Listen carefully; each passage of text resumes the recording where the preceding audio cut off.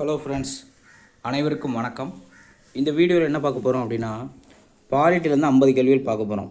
என்ன டாப்பிக்கில் அப்படின்னா, ஒன்றியம், மாநிலம், யூனியன் பிரதேசம், குடியுரிமை, அடிப்படை உரிமைகள், அடிப்படை கடமைகள், அரசின் நெறிமுறை கோட்பாடுகள்.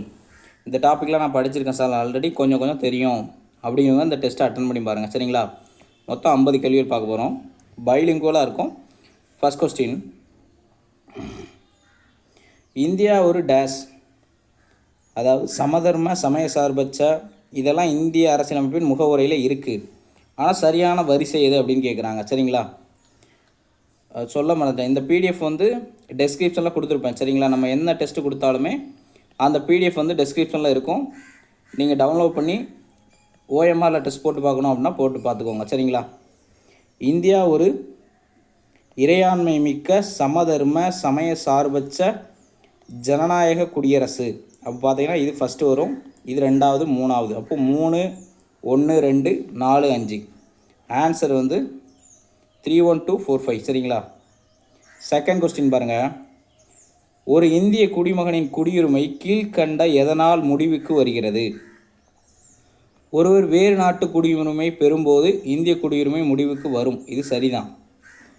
பதிவு செய்வதன் மூலம், அதாவது வேறு நம்ம பதிவு செஞ்சு குடியுரிமையை ஒரு முடிவுக்கு கொண்டு வரலாம். தவறான மோசடி வழிகளில் ஒருவர் குடியுரிமை பெற்றார் என்று அரசு கருதும் போது. இந்த 3 காரணங்களுமே சரிதான். Answer option B. மூணாவது கேள்வி, சரியான அறிக்கையை தேர்ந்தெடுக்கவும்.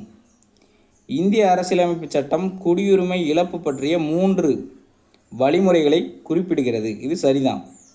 இந்திய அரசியலமைப்பு சட்டத்தின் பகுதி 3 குடியுரிமையை இழக்கும் வழிமுறைகளை பற்றி குறிப்பிடுகிறது. இது தவறு. பகுதி 2 தான் குடியுரிமை இழப்பது, பெறுவது, குடியுரிமைக்கான நிபந்தனைகள் என்னென்ன எல்லாமே பகுதி 2ல் குறிப்பிட்டிருக்கும். அப்போ சரியான அறிக்கை கூற்று 1 மட்டும் சரி. நான்காவது கேள்வி பாருங்கள். வெளிநாடு வாழ் இந்தியர், நான் ரெசிடெண்ட் இந்தியன் அப்படின்னா என்ஆர்ஐ தான் அப்படி சொல்லுவாங்க, சரிங்களா? ஃபஸ்ட்டு 2 வருது. நெக்ஸ்ட் பாருங்கள். பெர்சன் ஆஃப் இந்தியன் ஆரிஜின், இந்திய பூர்வீக குடியினர் அப்படின்னா பிஐஓ அப்படின்னு சொல்லுவாங்க. Card holder to live in India, live in Indiana இவங்க தான் யார்? ஓசிஐ சொல்லுவாங்க. இந்தியாவில் வசிப்பதற்கான அட்டை வைத்திருப்பவர், இவர் தான் ஓசிஐ. ஏ நான் சிட்டிசன் ரெசிடிங் இன் எ கண்ட்ரி, ஒரு நாட்டில் வசிக்கும் குடிமகன் அல்லாதவர் அப்படின்னா அந்நியர், ஏலியன் அப்படிம்பாங்க, சரிங்களா? ஒரு நாட்டில் நிரந்தரமாக வேலை செய்ய அனுமதி வைத்திருப்பவர் குடியேறியவர். Granted to work permanently in country, அவங்க தான் இமிகிராண்ட், சரிங்களா? அப்போ ஆன்சர் பார்த்தீங்கன்னா என்ன வரும்? வெளிநாடு வாழ் நான் ரெசிடிங் 2, இந்திய பூர்வீக குடியினர் பிஐஓ 2, 3, அதுக்கப்புறம் ஓசிஐ கார்டு 2, 3, 1ன்னு வரணும். அப்போ ஆன்சர் ஆப்ஷன் ஏ 2, 3, 1, 5, 4. ஐந்தாவது கேள்வி, மாநில மறுசீரமைப்பு சட்டம் 1956 படி கீழ்கண்ட மாநிலங்களில் எவை மறுசீரமைக்கப்பட்டன? எந்த மாநிலம்லாம் மறுசீரமைச்சிருப்பாங்கன்னா ஆந்திர பிரதேசம், லட்சத்தீவுகள், ஒடிசா, மேற்கு வங்காளம். இந்த 4மே 1956 சட்டத்தின்படி மறுசீரமைக்கப்பட்டன. ஆறாவது கேள்வி, இந்திய அரசியலமைப்பு பேரவை அதன் முதல் கூட்டத்தை எப்பொழுது நடத்தியது? எல்லாருக்குமே தெரியும், டிசம்பர் 9, 1946, சரிங்களா? ஏழாவது கேள்வி, அரசியல் நிர்ணய சபையின் தற்காலிக தலைவராக இருந்தவர் டாக்டர் ராஜேந்திர பிரசாத் சின்ஹா, இவர் தான் தற்காலிக தலைவராக இருந்திருப்பார். அரசியலமைப்பு ஒரு டேஷ் உள்ளது, அதாவது அரசியலமைப்பு வந்த காலத்தில் முகப்புரை இருந்துச்சு, சரிங்களா? 22 பிரிவுகள் இருந்துச்சு, 395 விதிகள் இருந்தது, 8 அட்டவணை இருந்தது. ஆப்ஷன் ஏ தான் சரியான பதில். பிரேம் பிகாரி நரேன் ரைசதா என்பவர் இந்திய அரசியலமைப்பின் எழுத்தாளர் ஆவார், சரிங்களா? இவர் தான் இந்திய அரசியலமைப்பை கைப்பட எழுதியிருப்பார். அசல் அரசியலமைப்பு அவர் டேஷ் என்ன பாணியில் கையால் எழுதப்பட்டது? அதை இட்டாலி பாணியில் அவர் எழுதியிருப்பார், சரிங்களா? இது முக்கியமான ஒரு கேள்வி. இந்திய அரசியலமைப்பில் சமய சார்பற்ற வார்த்தையின் அர்த்தம் என்ன? இந்திய அரசியலமைப்பில் சமய சார்பற்ற அப்படிங்கிற ஒரு வேர்ட் இருக்குது, அதோட அர்த்தம் என்னன்னு கேட்குறாங்க. அரசு அனைத்து மதங்களையும் காக்கிறது, இது சரிதான். எந்த அரசும் எந்த மதத்தையும் தனியாக உயர்த்தக்கூடாது, இதுவும் சரிதான். சமய சார்பற்ற என்ற சொல் அரசியலமைப்பின் அடிப்படையாகும். இதுவும் சரிதான். அரசு அனைத்து மதங்களையும் புறக்கணிக்கல. அரசு வந்து எந்த மதத்தையும் புறக்கணிக்கல. அப்போ இது மட்டும் தவறு. 1, 2, 3 மட்டும் சரி. ஆன்சர் வந்து ஆப்ஷன் பி. 11வது கேள்வி. புதிய மாநிலங்களை உருவாக்குதல் மற்றும் தற்போதுள்ள மாநிலங்களின் பகுதிகள், எல்லைகள் அல்லது பெயர்களை மாற்றுவது பற்றி எந்த விதி கூறுகிறது? விதி 3 தான் இதை பற்றி சொல்லுது. சரிங்களா? புதிய மாநிலங்களை உருவாக்குதல், தற்போதுள்ள மாநிலங்களின் பகுதிகள், எல்லைகள் அல்லது பெயர்களை மாற்றுவது பற்றி விதி 3 சொல்லுது.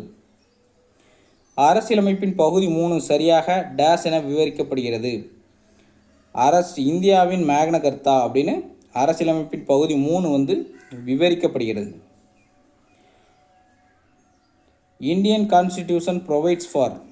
இந்திய அரசியலமைப்பு சட்டம் எதை வழங்குகிறது? ஒற்றை குடியுரிமையை வழங்குகிறது.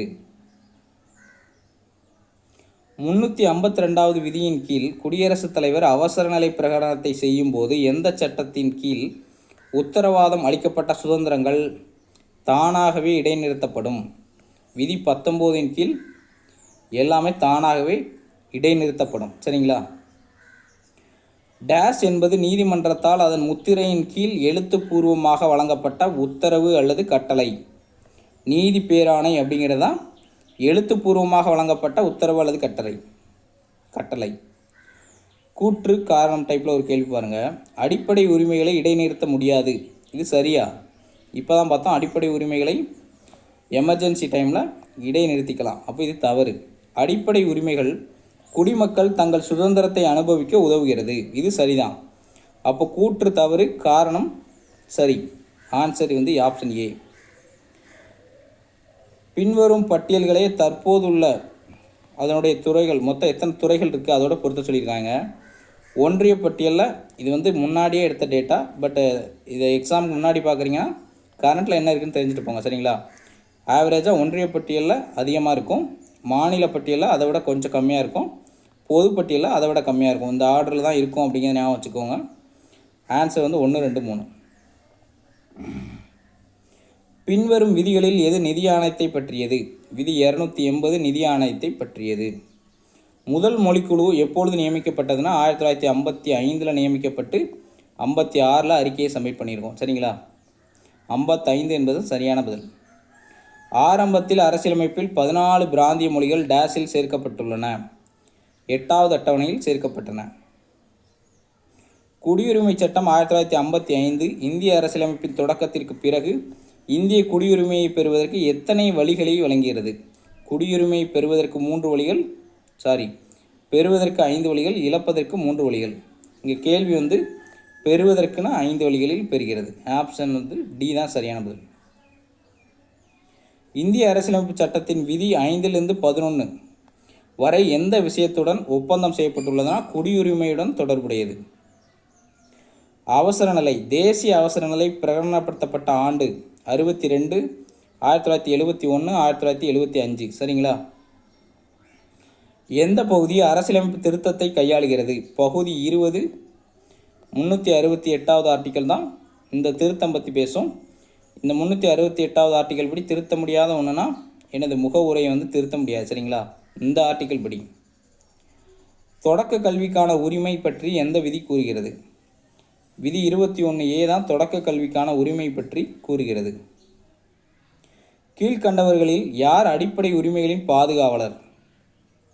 அடிப்படை உரிமைகளின் பாதுகாவலர் நீதித்துறை தான் அடிப்படை உரிமைகளின் பாதுகாவலன். சமதர்மம் என்ற சொல், சோசியலிஸ்ட் என்ற சொல் இந்திய அரசியலமைப்பில் எப்போது சேர்க்கப்பட்டது? 42வது திருத்தம் 1976 சேர்க்கப்பட்டது. கீழ்கண்டவற்றில் எது அடிப்படை உரிமைகளை பட்டியலில் இருந்து நீக்கப்பட்டது? அடிப்படை உரிமைகள் பட்டியலிருந்து நீக்கப்பட்டது சொத்துரிமை. ஆன்சர் வந்து சி. மெட்ராஸ் எப்போது தமிழ்நாடு என்று பெயர் மாற்றப்பட்டது? 1969 பெயர் மாற்றப்பட்டது. சுதந்திரம், சமத்துவம் மற்றும் சகோதரத்துவம் ஆகிய முழக்கங்கள் டேஸிலிருந்து முகவுரையில் எடுக்கப்பட்டன. எந்த புரட்சியிலிருந்து எடுக்கப்பட்டன? பிரெஞ்சு புரட்சியிலிருந்து தான்.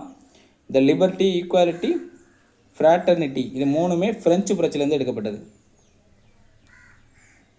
எந்த சூழ்நிலையில் சில அடிப்படை உரிமைகளை நிறுத்தி வைக்கலாம்?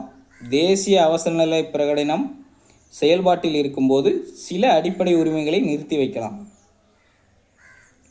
அரசியலமைப்பில் 352வது விதியின் கீழ் அவசர காலத்தின் போது எந்த அடிப்படை உரிமைகளை இடைநிறுத்த முடியாது? வாழ்வதற்கான உரிமையும் தனிப்பட்ட சுதந்திரம் அப்படிங்கிற உரிமையும் எப்பொழுதுமே தடை செய்ய முடியாது. 2021 ஆர்டிக்கல் படி வரும். சரிங்களா? இது ஞாபகம் வச்சுக்கோங்க. அடிப்படை உரிமைகளை எந்த விதிகளில் காணப்படுகின்றன? இந்திய அரசியலமைப்பின் விதி 12 முதல் 35 வரை தான் அடிப்படை உரிமைகள் விதி காணப்படுகிறது. டேஷ் சட்டத்திற்கு புறம்பாக தகாத முறையில் அரசு அலுவலகத்தை கைப்பற்றுவதை தடை செய்கிறது. இது எந்த நீதி பேராணை அரசு அலுவலகத்தை இல்லீகல் மேனரில் தடை செய்து, அதாவது கைப்பற்றுவதை தடை செய்துனா தகுதி முறை வினவும் நீதி பேராணை தான் தடை செய்து. சரிங்களா? கீழ்காண்பனவற்றில் ஒன்று அடிப்படை உரிமையை பயன்படுத்துவதற்கு உதாரணம் இல்லை. கர்நாடகாவிலிருந்து ஒருத்தர் கேரளா பண்ணைகளில் வேலையாட்களாக பணி செய்தல் அடிப்படை உரிமைகளில் வரும். ஏன்னா யார் வேணால் இந்தியாவில் எந்த பகுதியில் வேணால் வசிக்கலாம், நிலத்தை வாங்கலாம், சுதந்திரமாக செயல்படலாம். கிறிஸ்தவ சமயக்குழு தொடர்ச்சியாக பள்ளிகளை அமைத்தல், இதுவுமே சிறுபான்மையினர் கல்வி அமைத்தலில் வரும். அப்போ இதுவும் அடிப்படை உரிமை தான். ஆண் பெண் இருபாலரும் அரசு பணிகளுக்கு சம ஊதியம் பெறுதல், இதுவும் ஒரு அடிப்படை உரிமையின் கீழ் தான் வரும்.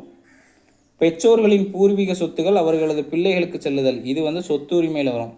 இது அடிப்படை உரிமையிலிருந்து நீக்கப்பட்டது. Answer option D. 36வது கேள்வி. இந்திய அரசியலமைப்பின் டேஷின் கீழ் ஆளுநர் ஆங்கிலோ இந்திய சமூகத்திலிருந்து ஒரு உறுப்பினரை நியமிக்கிறார். விதி இப்பொழுதைக்கு இது இல்லை, 2020 நீக்கிட்டாங்க. பட் தெரிஞ்சுக்கோங்க, விதி 333 கீழ் ஆளுநர் ஒரு ஆளை ஸ்டேட் லெஜிஸ்லேட்டரில் ஆட் பண்ணுவார். சரிங்களா? இப்போ அது இல்லை. சமத்துவத்திற்கான உரிமை டேஷில் இருந்து உறுதி செய்யப்பட்டுள்ளது. சமத்துவ உரிமை விதி 14 18 வரை. தமிழ்நாடு சட்டமன்றம் டேஷ் தேர்ந்தெடுக்கப்பட்ட உறுப்பினர்களை கொண்டுள்ளது. 234 தேர்ந்தெடுக்கப்பட்ட உறுப்பினர்களை கொண்டது. தீண்டாமை ஒழிப்பு இந்திய அரசியலமைப்பில் எந்த அடிப்படை உரிமைகளின் கீழ் வருகிறது? சமத்துவத்திற்கான உரிமை 14 18 வரை. சரிங்களா? தீண்டாமை ஒழிப்பு என்பது விதி 17. அதனால் அது சமத்துவத்திற்கான உரிமையின் கீழ் வருகிறது. Answer B. வரதட்சணை தடை மசோதா எப்பொழுது கொண்டு வரப்பட்டது? 9 மே 1961. இதுதான் வரதட்சணை தடை மசோதா கொண்டு வரப்பட்ட நாள். 42வது அரசியலமைப்பு திருத்தச் சட்டம் 1976 மூலம் முகவுரையில் பின்வரும் எந்த வார்த்தை சேர்க்கப்பட்டது? எந்த வார்த்தை சேர்க்கப்பட்டது? சமத்துவம் அப்படிங்கிற வார்த்தை தான் 1976 படி சேர்க்கப்பட்டது.